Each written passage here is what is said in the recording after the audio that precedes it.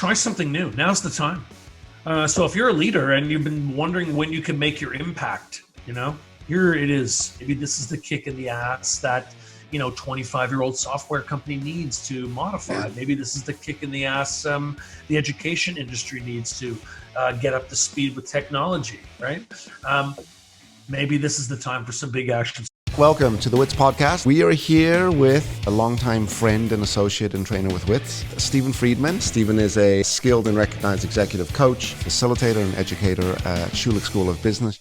First Zoom podcast, and we want to bring our very special friend and colleague and expert Stephen Friedman back to talk to us a little bit about how we deal with anxiety during these uncertain times. And if you've listened to the previous podcast, you might have heard Stephen talk about this topic before, but he's definitely a dude we want to listen to, and we want to get some insight and some thought on how we can now start to navigate these upcoming weeks during these, again, uncertain times. So, Stephen, welcome. I'm thrilled to have you here. I'm so happy to be here. It's amazing how much we've been seeing each other, especially given the circumstances. And as we were talking about before, just off broadcast, we discussed how maybe we've seen each other a little bit more than we're used to, and than would have otherwise. So that's lovely.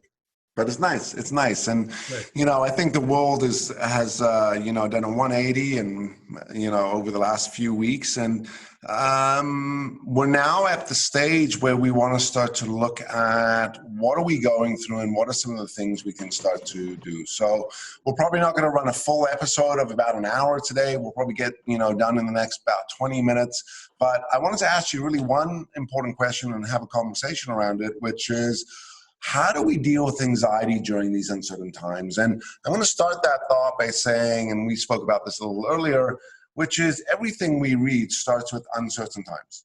And as a human being, one of the things I look for is certainty, right? Predictability. And in some cases, that's also what is contributing to my anxiety. So why don't we start with the question of, give us an overview of what anxiety is, what it isn't, and really maybe sort of the 101s of anxiety. So anxiety is a term that is used to both describe a real sort of diagnosed disorder or two, as well as sort of a generic term that's used by a lot of people to describe what I might call stress or stress/anxiety. So what is it? It is an experience that human beings have, psychological, physiological, and sometimes behavioral outcomes as a result of not being able to or having a challenge coping with an external stressor. In other words, something that is outside of you that might be real. It's not, it's not about real or not real, but something that causes you to have a need to cope, and the extent to which you're able to cope would be a measure of how well you can manage your anxiety. It's a very common experience. It's a required experience for our ability to react. And it can also be problematic for a lot of people. And I think that's what people are describing when they discuss anxiety. So let me ask you a question. Knowing the way a child develops, do you know what age we start to learn how to deal with anxiety and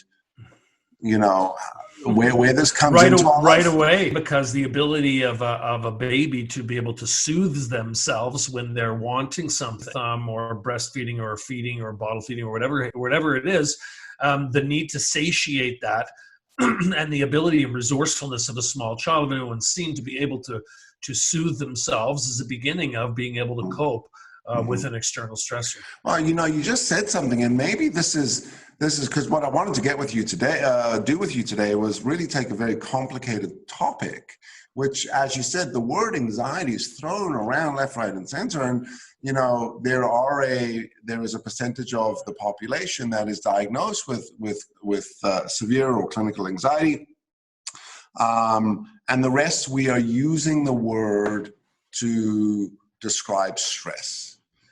And stress is a very important thing for us to go through in life. Without stress, we don't build resilience. 100%. And you're right, as a child, as a baby, we learn to soothe ourselves because as parents, this is what we're taught to do, which is the baby must learn to soothe. And maybe this is a little bit of an exercise. We all need to sort of imagine ourselves as these babies again, and figuring out what are some of the things we need to do to soothe ourselves. So, that can sort of segue us into tools. What are some of the soothing tools? What are some of the things we can use to help navigate this world of anxiety? But this is a family program, right? So it's a family program. Okay, family. Yes. Okay, good. Okay, so I got 3 things that I think are important and realistic that we can consider in a time like this in terms of being able to manage our anxiety a little bit better, no matter how we experience it. The first one is something you and I have talked about before, which is working at presence. What does presence mean? It means learning how to live as much as you can in the controllable now.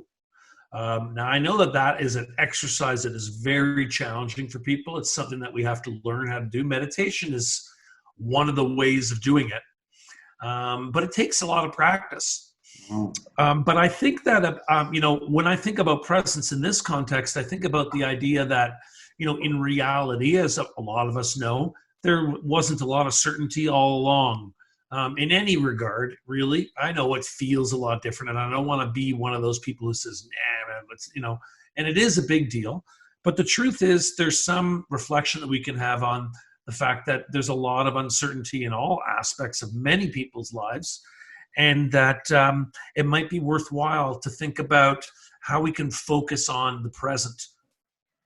Learning how to meditate, learning a musical instrument, all these kinds of things are wonderful ways of doing that, as well as maybe even just exercise, quiet time. Which brings me to my second point. Before we go to number 2, let's spend some time on presence. So, again, 101 this for me. Like, what is being present? Does that mean I'm really paying attention and listening to someone? Does it have more to do with me and like my time? Like what is presence? Well, it doesn't mean productivity. Let me tell you that first out of the gate.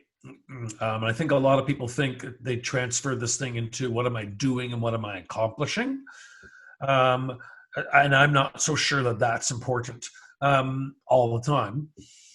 Presence really has to do with the notion that you're not either A, worried about something that you're uncertain of in the future, or B, ruminating about something in the past when some other experience is before you. So I tell my students this all the time for the classroom. Is your ass and your head in the same place at the same time? That's a big part of presence. Right? It doesn't mean you should stick your head up your ass, though. It doesn't mean that. Right. But it does mean that, if you're in a room with a person, you should try to focus on having your mind be in the room with that person at the same time. I think that's a simple exercise that people can try. You won't get it right away, but the exercise comes in the pulling yourself back all the time. That's where the meditation is. That's where the presence is.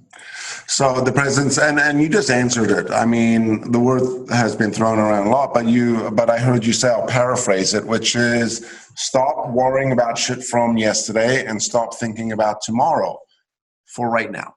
Not forever, to later on you could worry about shit tomorrow and think about it, but right now, and you have to interrupt that process, right? It's about catching yourself in the moment, because I think we hear these terms, which is let's be present, and everyone tries to do it, but then they start to fault themselves and their anxiety levels go up again when they're unable to. So, one of the tricks that I do is I keep alerting myself to literally listen, right? Which is, lean into it. I started to drift, come back to the conversation, look at the person's face, just really conscious little things. And the other thing I heard you say there, which is fantastic, and we talk a lot about this, which is all of this shit is just exercise. It's just practice, right? Yeah. It's not about waking up fucking tomorrow and being present. It's about going tomorrow. I'm going to practice all day, just catching myself when I'm drifting off, right? I actually had a client earlier I did a coaching session with, and it's funny doing coaching sessions through Zoom exclusively now, because sometimes they were on the phone, sometimes they were live.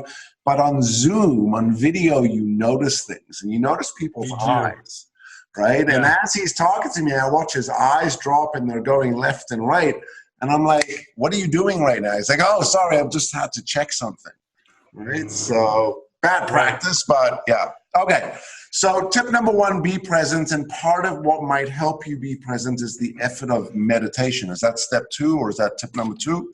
No, that's part of 1 still. And I would say that a big part of that is about, the step number 2 is about, at some level, and I'm sure anyone watching can maybe see this, at some level, presence is really just about keeping a realistic calendar.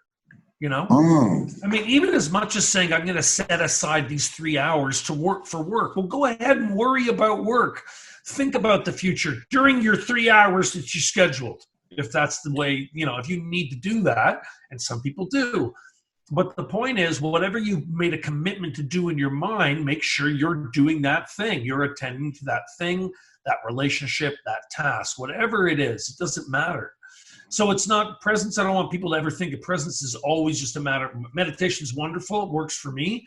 But for a lot of people, it's, you know, it's not just this thing. Presence is just, if I made a commitment to be in a workshop, in a coaching session, cooking with the kids, going out for a walk, maybe I ought to be there for that thing.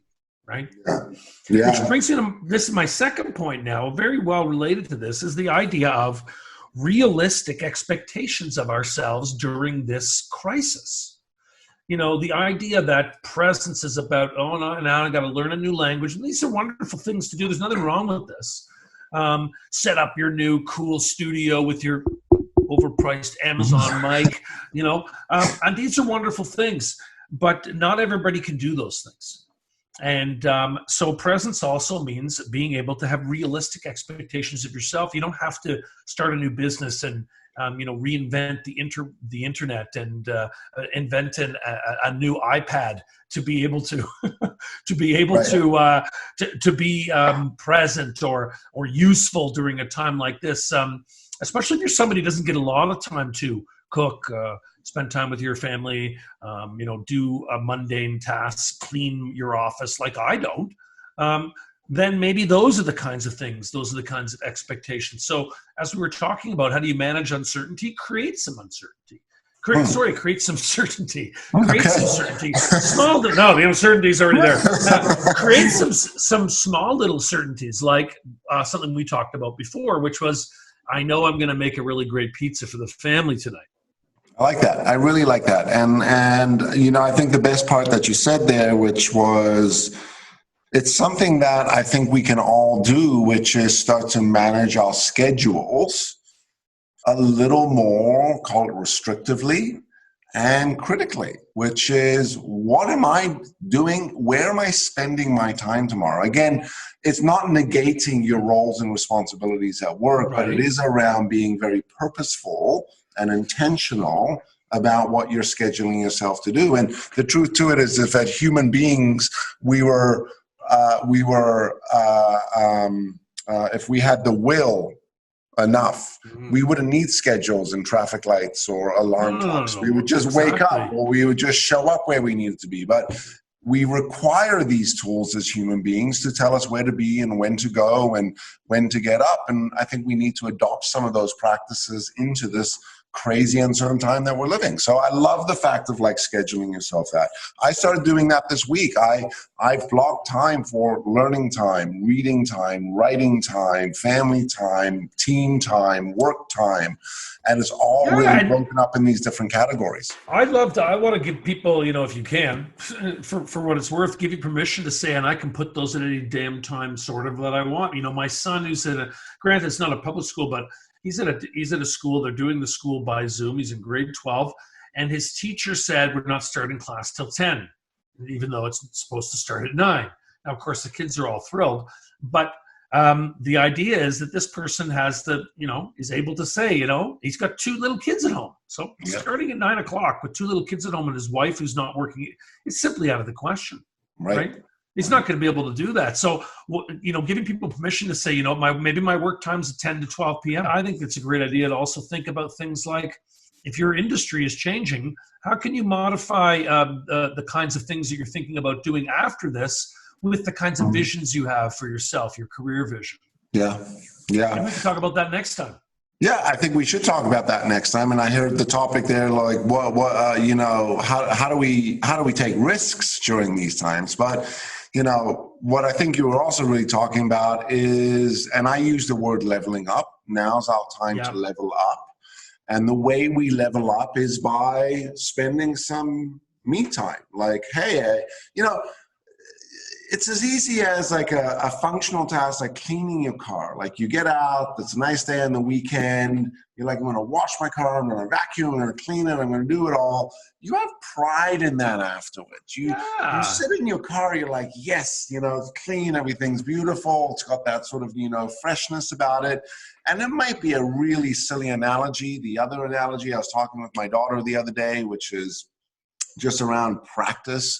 Like, the importance of enjoying the practice, like practice and practice and practice and practice so you get good, but enjoy that, right? Like just keep enjoying the fact that you're working to level up and practicing more. So, updating your LinkedIn profile doesn't mean that you're looking for a new job, but it does mean that you have an opportunity to say, last time I touched this thing was 10 years ago when it came out. Great, my bio, thanks very much, but what am I doing? So retool, or even reinvent maybe.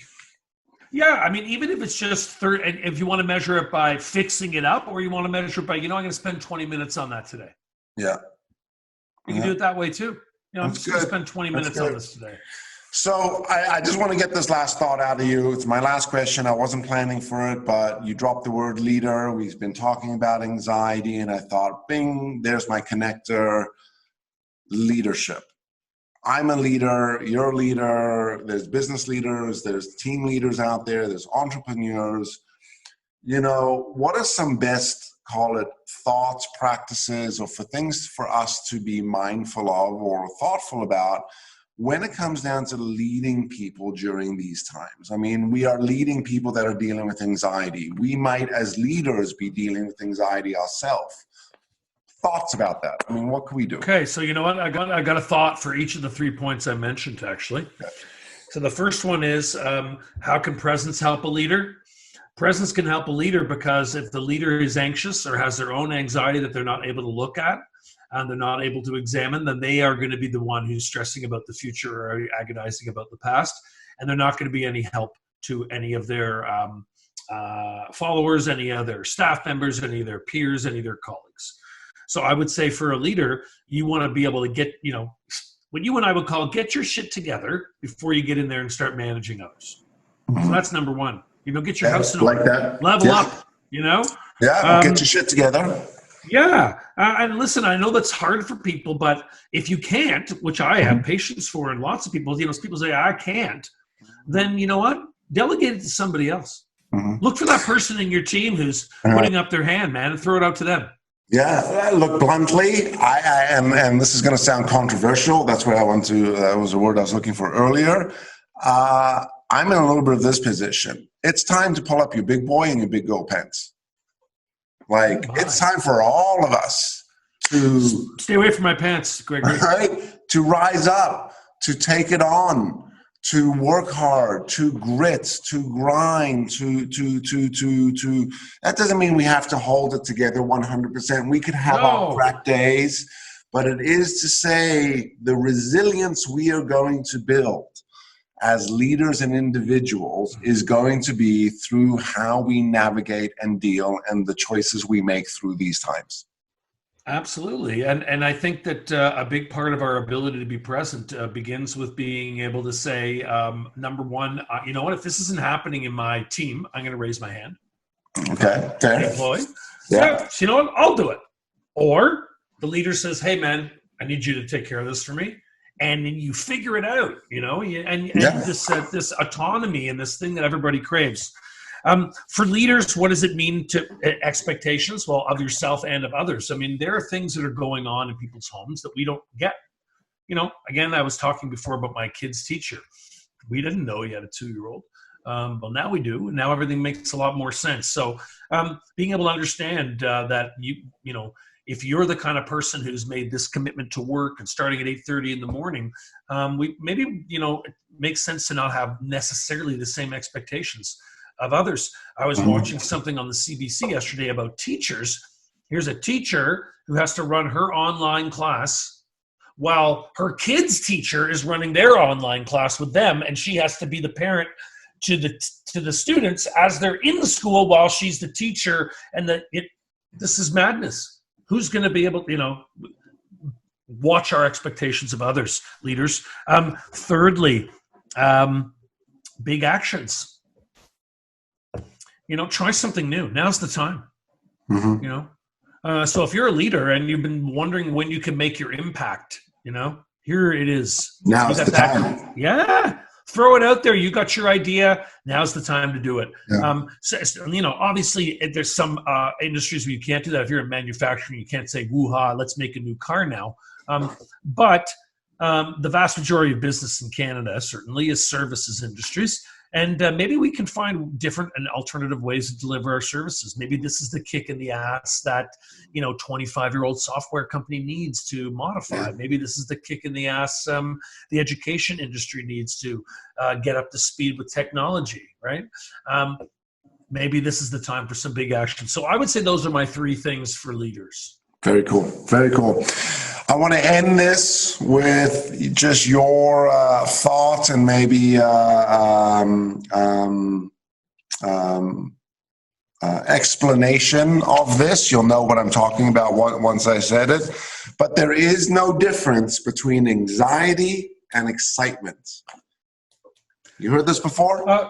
Of course, well, excitement is indeed a form of anxiety. There's certainly no question. Right. Excitement is your inability to, it has anxiety is about the impact that it has on your behavior, the impact that a stressor has on your behavior, good or bad.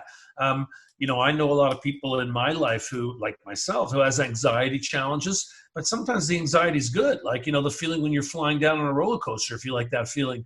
I don't always, but maybe sometimes, that's anxiety as well. Exhilaration, running into the ocean with your kids for the first time. These are all things that share a strong overlap with anxiety. And I think that you're outlining this helps us understand the inevitability and, quite frankly, the manageability of anxiety, but it doesn't come without practice. Of course, practice. That is the best way to sort of end today's episode, which is none of this stuff happens without practice. Thank you for clarifying and explaining that the fact that there is a correlation between anxiety and excitement is a form of anxiety. And I love your analogy around running in the ocean with your kids or like going down that roller coaster, because I think the majority of us related and went, oh my gosh, that same feeling I had there is also kind of the same feeling here, but there's a different perception. I love the word exhilaration is one that I often use, because it is, it can be anxiety provoking. If you've ever done anything like, I don't like roller coasters, but I've gone on Space Mountain with my kids at Disney World. I was not happy I did it in the end. But that there is a fine line between exhilaration and sort of, okay, I'm not really loving this right now, but yeehaw, Gotcha. Stephen, you are always filled with thought and wisdom and, intelligence. I appreciate being part of your life. I appreciate you being part of my life. Likewise. Thank you for being part of the crew at Witz here, because you add so much to what we do. And we're definitely going to do this. I read you the list of topics earlier where I said I want to talk to you about these different topics. We wanted to do a little more of a condensed show today. But thank you for joining us. We're going to be back with more. Absolutely. For everyone watching, don't forget to click that subscribe button down below. Don't forget to add your comments. Don't forget to share and tag. It's been an absolute pleasure. We will see you all next time. Thanks for joining us. Click down below, guys.